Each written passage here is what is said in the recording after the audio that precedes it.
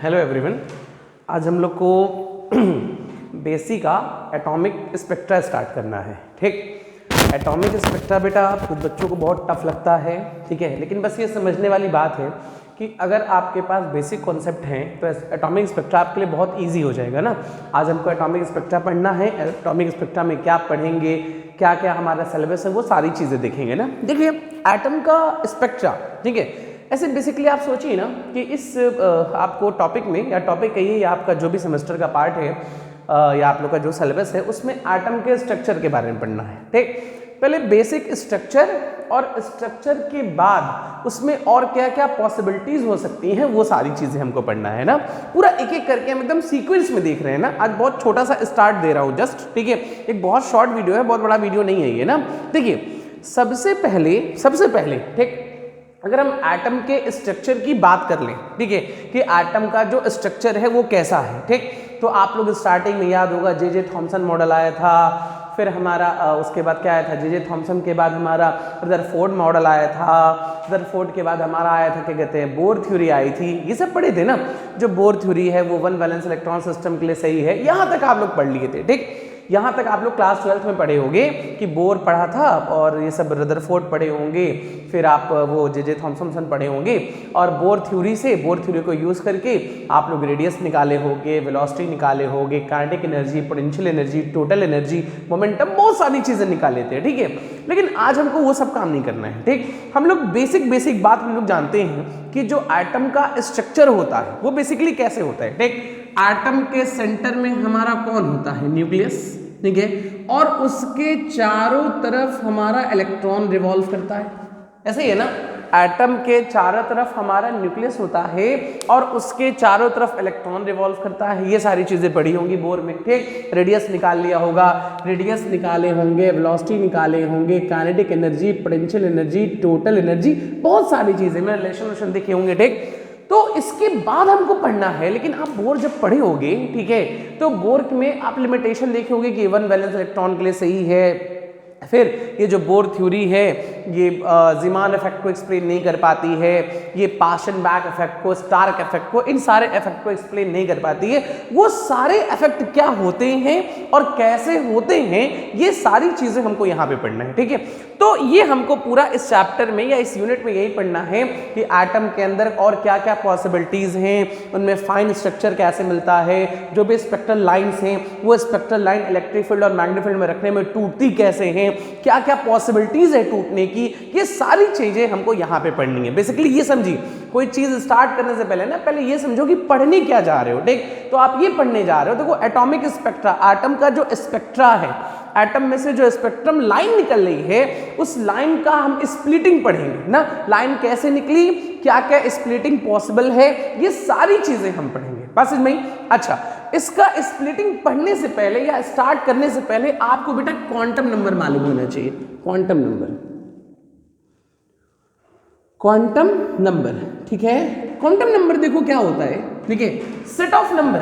ठीक, quantum number जो है वो हमारा एक सेट है, नंबर्स का सेट है जो किसी भी एटम में इलेक्ट्रॉन के लोकेशन को बताता है, ओरिएंटेशन को बताता है, स्पिन को बताता है ना। It is just a set of number which tell about the motion location of electron in any atom. ठीक है, अच्छा आप लोग क्वांटम नंबर जान रहे हो, क्वांटम नंबर, ठीक है, बहुत सिंपल सी बात, क्वांटम नंबर जो है वो 4 होते हैं। पहला होता है प्रिंसिपल क्वांटम नंबर n, होता है ना, फिर होता है प्रिंसिपल के बाद एजीम्यूथल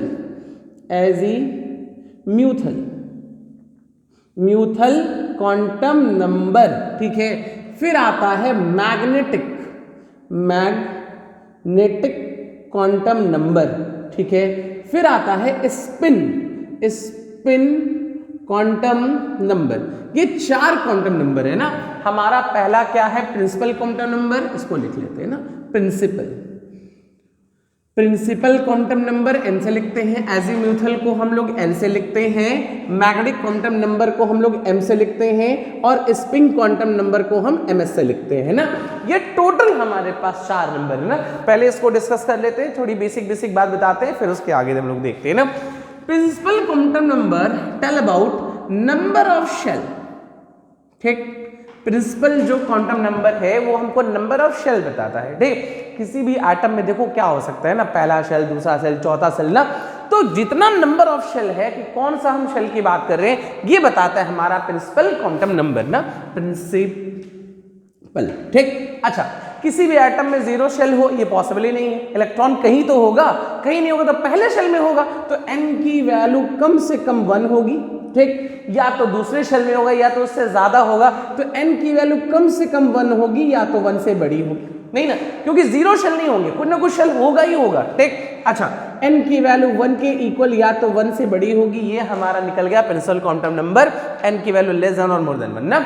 अच्छा, ये जो है ये क्वांटम नंबर से हम लोग निकाल सकते हैं साइज एंड एनर्जी, ठीक है। हम इसके साइज और एनर्जी के बारे में आइडिया लगा सकते हैं ना। अगर n की वैल्यू 1 तो छोटा शेल है, पहला शेल, n की वैल्यू 2, n की वैल्यू 3 तो साइजेस बढ़ रही हैं, ये ना हो रहा है। और अगर पहला शेल है तो एनर्जी कम, फिर और ज्यादा और ज्यादा और ज्यादा और ज्यादा, तो n के बेसिस पे हम साइज के बारे में बता सकते हैं और एनर्जी के बारे में बता सकते हैं, ये प्रिंसिपल क्वांटम नंबर है, ठीक। अच्छा, अगर मान लीजिए किसी का प्रिंसिपल क्वांटम नंबर बढ़ रहा है, किसी इलेक्ट्रॉन का, मतलब वो एक शेल से दूसरे में जा रहा है, दूसरे से तीसरे में जा रहा है, और कोई भी इलेक्ट्रॉन एक शेल से अगर दूसरे में जाए, दूसरे से तीसरे में जाए, तो वो कैसे जाता है, जब एनर्जी अब्सॉर्ब करता है, मतलब यहां पे एनर्जी क्या हो रही है, अब्सॉर्ब हो रही है, ठीक। अगर n की वैल्यू कम हो रही है, यही ना, मतलब पहले गया अब वो वापस आ रहा है, तो एनर्जी रिलीज कर रहा है, बस नहीं, मतलब प्रिंसिपल क्वांटम नंबर के बेसिस पे हम बता सकते हैं एनर्जी का एब्जॉर्प्शन हो रहा है या एनर्जी का इमिशन हो रहा है,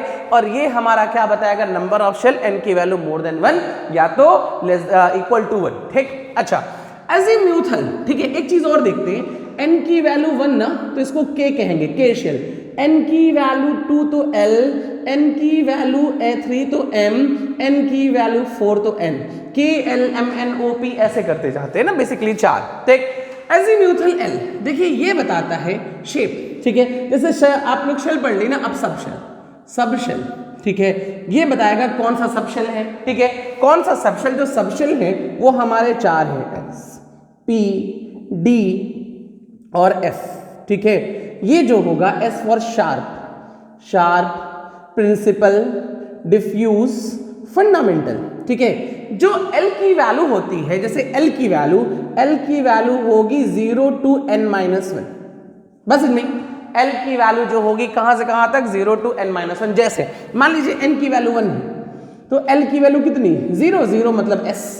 अगर n की वैल्यू 2 है, ठीक, तो 2 - 1 1, तो 0 से लेके L की वैल्यू 0 होगी और हमारा 1 होगा, मतलब कि L की वैल्यू 0 लोगे तो S और 1 लोगे तो कितना हो गया, P, ये हो गया। अगर n की वैल्यू 3, ठीक है, तो 0 से लेके 3 - 1 दैट इज 2, तो क्या लिखेंगे, 0 1 2 S P D। n की वैल्यू अगर 4 लेते हैं तो कहां से कहां तक, 0 से 3 तक, 0 1 2 3, दैट इज क्या लिखेंगे, S P D F ना। ये हमारा बताएगा कौन सा, एजीम्यूथल क्वांटम नंबर ना। अच्छा, अब ये जो बताता है, ये मैग्नेटिक क्वांटम नंबर, ये ओरिएंटेशन के बारे में बताता है, ये, ठीक। इसका काम है हमारा, देखो प्रिंसिपल हो गया, एजीम्यूथल हो गया, अब हमारा मैग्नेटिक क्वांटम नंबर ना। मैग्नेटिक क्वांटम नंबर हमारा ओरिएंटेशन के बारे में बताता है। जैसे L की वैल्यू 0 है तो M की वैल्यू 0 होगी, L की वैल्यू 1 है, ठीक, तो ओरिएंटेशन जो होगा -1 0 1। अगर L की वैल्यू 2 है तो -2 -1 0 1 2, मतलब कि इसकी वैल्यू अगर हमको m निकालना है तो m की वैल्यू जो होगी कहां से कहां तक, -L2 + L तक होगा, बस नहीं। देखो ये हमारा ओरिएंटेशन मतलब ऑर्बिटल है। ओरिएंटेशन का मतलब ये सब हम किसकी बात कर रहे हैं, ऑर्बिटल्स की बात कर रहे हैं, ऑर्बिटल्स, बस नहीं। जैसे देखिए कह रहे हैं L की वैल्यू 0 तो ऑर्बिटल 0, L की वैल्यू 1 तो 3 ऑर्बिटल, 1 2 3, L की वैल्यू 2 तो 5 ऑर्बिटल। अगर यही चीज L की वैल्यू 4 कर लेते हैं तो कितना होगा, -4 -3 -2 -1 0 1 2 3 4, तो 1 2 3 4 5 6 7 8 9 ऑर्बिटल। तो नंबर ऑफ ऑर्बिटल का फॉर्मूला होता है, number of orbital is equal to होगा 2L + 1, बस नहीं, ये चीज ऐसे हम लोग करते हैं ना, सॉल्व कर लीजिएगा ये सारा। जैसे देखो L की वैल्यू 0 तो m इक्वल टू 0 मतलब 1 ऑर्बिटल, फिर L की वैल्यू 1 तो ये कितना हो गया 3 ऑर्बिटल, L की वैल्यू हमारा 2 हो गया तो 2 2 4 और 1 5 ऑर्बिटल, तो ये हो गया ना।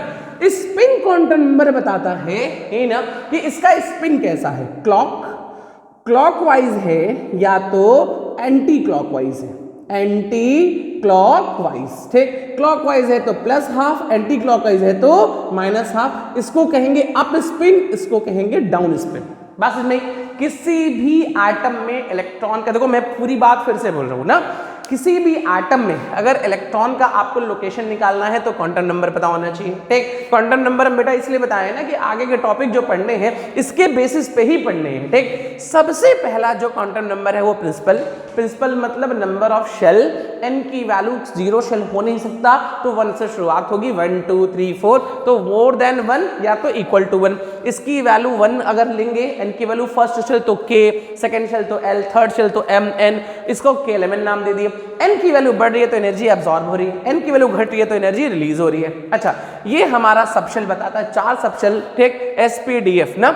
अगर L की वैल्यू 0, देखो इसका फॉर्मूला L की वैल्यू 0, ठीक है, L जैसे मान लीजिए L की जो निकालने ना 0 to n-1, n1 तो L की वैल्यू 0 मतलब सिर्फ F, n2 तो L की वैल्यू 0 और 1 तो SP हो सकता है। ये सारी चीजें एजीमुथल।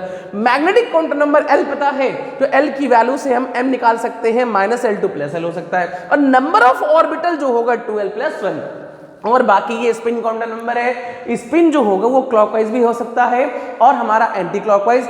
अगर क्लॉकवाइज होगा तो प्लस हाफ लेंगे और एंटी क्लॉकवाइज होगा तो माइनस हाफ लेंगे। ये हमारा पूरा प्रिंसिपल क्वांटम नंबर है। जैसे मान लीजिए एक करते हैं 2s, ठीक, ये कोई एटम है, इलेक्ट्रॉनिक कॉन्फ़िगरेशन है। इस इलेक्ट्रॉनिक कॉन्फ़िगरेशन का अगर आपसे प्रिंसिपल का आपसे क्वांटम नंबर पूछ लिया तो ये नंबर ऑफ शेल n की वैल्यू हो गई 2, ठीक। अगर n की वैल्यू 2 है तो L की पॉसिबिलिटी कौन कौन सी हो सकती है, L की पॉसिबिलिटी हो सकती है 0 और 1, लेकिन इसमें S आ रहा है ना, तो ये S है तो यहाँ पे L की वैल्यू 0 तो M की वैल्यू 0, तो आप ये ऑर्बिटल बना के, S है ना ये चीज, ठीक, तो सबसे पहले ऊपर भरोगे तो प्लस हाफ हो जाएगा, ये चीज होगा। बस इसमें हमको कुछ भी दे देगा तो हम उसके ओरिएंटेशन को, सारी चीजों को बता सकते हैं। ये बेसिक सी बात है, ये आप लोग पढ़े होंगे, लेकिन एक बार रिवाइज करा दिया क्योंकि आगे हम लोग कपलिंग पढ़ेंगे ना तो उसमें यूज होगा ना। अब देखिए ये सब तो आपको याद होना चाहिए, ठीक। और किसी भी 2 इलेक्ट्रॉन का सारे क्वांटम नंबर सेम नहीं हो सकते, एटलीस्ट 1 तो डिफरेंट होगा ही, हो सकता है प्रिंसिपल सेम हो जाए, एजीमुथल सेम हो जाए, मैग्नेटिक सेम हो जाए, लेकिन स्पिन तो अलग होगा ही होगा। बस नहीं, 2 अलग इलेक्ट्रॉन का, देखिए जिसको हुंड्स रूल कहते हैं, 2 अलग इलेक्ट्रॉन का चारों क्वांटम नंबर सेम हो ये पॉसिबल नहीं है, यही हुंड्स रूल भी कहता है ना। चलिए इसके बाद है एटॉमिक मॉडल ना, देखिए या vector atomic model. Vector atomic model में देखिए पढ़ना क्या है, इसको तो नेक्स्ट वीडियो से स्टार्ट करेंगे, लेकिन अभी समझिए। देखिए वेक्टर एटॉमिक मॉडल का बेसिक प्रिंसिपल ये है, वेक्टर एटॉमिक मॉडल ये कहता है कि देखो एटम जो है, ठीक है, एटम में जो इलेक्ट्रॉन है वो हमारा अपने या सन कह रहा हूं, या ऐसे सोचिए जैसे हमारे प्लैनेट्स होते हैं ना, जो हमारे अर्थ है वो सन के अराउंड ऐसे मूव करता है इलिप्टिकल ऑर्बिट पे या नियरली सर्कुलर ऑर्बिट पे, इलिप्टिकल पे वैसे है, ठीक, और हमारा खुद के रोटेशन भी करता है, बस इनमें। तो वैसे ही एटम में भी जो इलेक्ट्रॉन वो न्यूक्लियस के चारों तरफ घूमते हैं, ठीक है, तो उसमें एक एंगुलर मोमेंटम है, ये है, ठीक है, ये है ऑर्बिटल एंगुलर मोमेंटम, और अपने एक्सिस के अबाउट में देखिए 2 एंगुलर मोमेंटम है। देखिए एटम में जो है एक है हमारा ऑर्बिटल मोशन, ठीक है, एक हमारा स्पिन मोशन, इसके लिए एंगुलर मोमेंटम L, ठीक, और स्पिन के लिए एंगुलर मोमेंटम S। बस नहीं, वेक्टर एटॉमिक मॉडल में यही स्टेटमेंट लिखा हुआ है तो बहुत बड़ा, ठीक है, लेकिन स्टेटमेंट ये लिखा हुआ है कि किसी भी एटम में इलेक्ट्रॉन के 2 तरह के मोशन होते हैं, एक तो उसके ऑर्बिट में पूरा घूमेगा, ऑर्बिटल मोशन होगा, उसके लिए एंगुलर मोमेंटम L कह दिया, और अपने एक्सिस में मूव करेगा उसमें स्पिनिंग मोशन होगा, उसका एंगुलर मोमेंटम S लिख दिया। एंगुलर मोमेंटम का मतलब बेटा जब कोई बॉडी रोटेट करती है ना तो उसके अंदर जितना मोशन कंटेन होता है उसको एंगुलर मोमेंटम कहते हैं, लिखते हैं MVR ना, V की जगह R ओमेगा तो R² ओमेगा लिखते हैं, ये सारी चीजें पढ़ी होंगी ना। ये वेक्टर एटॉमिक मॉडल का प्रिंसिपल है, बस नहीं, this is the principle of vector atomic model. अब देखिए दो तरह के हमारे पास मोमेंटम हो गए, एक एल हो गया एक एस हो गया, ठीक है। एल की कई सारी पॉसिबिलिटीज है, एस की कई सारी पॉसिबिलिटीज है। अब होगा क्या, एक एल वाला एंगुलर मोमेंटम एक एस वाला एंगुलर मोमेंटम, हमारे पास दो दो वेक्टर हो गए, एक वेक्टर एल हो गया एक वेक्टर एस हो गया, और दो वेक्टर के मिलने से एक नया वेक्टर बन जाता है बस में। तो यहां पे एक नया वेक्टर बनेगा एल और एस का, जिसको कहेंगे J. J is the total angular momentum. किसी भी एटम में दो मोमेंटम है, एंगुलर मोमेंटम है, एक हमारा कौन सा, हमारा ऑर्बिटल, एक हमारा कौन सा, स्पिन, इनके वजह से मिलके बन गया जे। बस इनमें ये हमारा प्रिंसिपल है। अब इसके बाद क्या करना है कि क्या क्या पॉसिबल है, हो सकता है कि देखिए दो एल वाले एक साथ मिल रहे हो, एक साथ ओरिएंट हो रहे हो, एक साथ कपल हो रहे हो, दो एस वाले मिल रहे हो, एल एस के साथ मिल रहा हो, एस एल के साथ मिल रहा हो, इस टाइप की हमको कपलिंग पढ़नी है। नेक्स्ट वीडियो से वो पूरा हमारा स्टार्ट होगा। आज मैंने सिर्फ वेक्टर एटॉमिक मॉडल का बेसिक बताया और आपको क्वांटम नंबर निकालना बताया, जो आप लोगों को कहीं ना कहीं आता भी होगा ना। लेकिन हाँ बेटा देखिए, हम एफर्ट लगा के ये सारी वीडियो बना रहे हैं, पूरा एटॉमिक स्पेक्ट्रा कोशिश करेंगे कि आप लोगों को ऑनलाइन ही पढ़ा दे पूरा एटॉमिक स्पेक्ट्रा, ठीक। लेकिन हमको भी लगना चाहिए कि हमारा वीडियो या हमारा एफर्ट जो है आपके लिए यूजफुल है, ठीक है। अगर आप लोग कमेंट सेक्शन में बताओगे या हमारा शेयर करोगे कि जिससे हमको लगेगा कि हाँ हमारा जो एफर्ट है वो यूजफुल है, ट्रुथफुल है, तभी हम भी आगे कंटिन्यू कर पाएंगे। अगर ये सारी चीजें आपके लिए ट्रुथफुल है तो उसको शेयर करिए, कमेंट करके बताइए, फिर हम आगे वीडियो कंटिन्यू करते हैं। और पूरा कोशिश करके पूरा एटॉमिक स्पेक्ट्रा एक एक लाइन कैसे स्प्लिटिंग होती है, कैसे up to down, down to up होता है, वो सारी चीजें हम लोग पढ़ेंगे ना। लेकिन यही है कि आप लोग भी अपना एफर्ट दिखाइए, जिससे हमें लगे कि हमारा वीडियो जो है वो हमारा वर्थलेस नहीं है। चलिए, थैंक यू।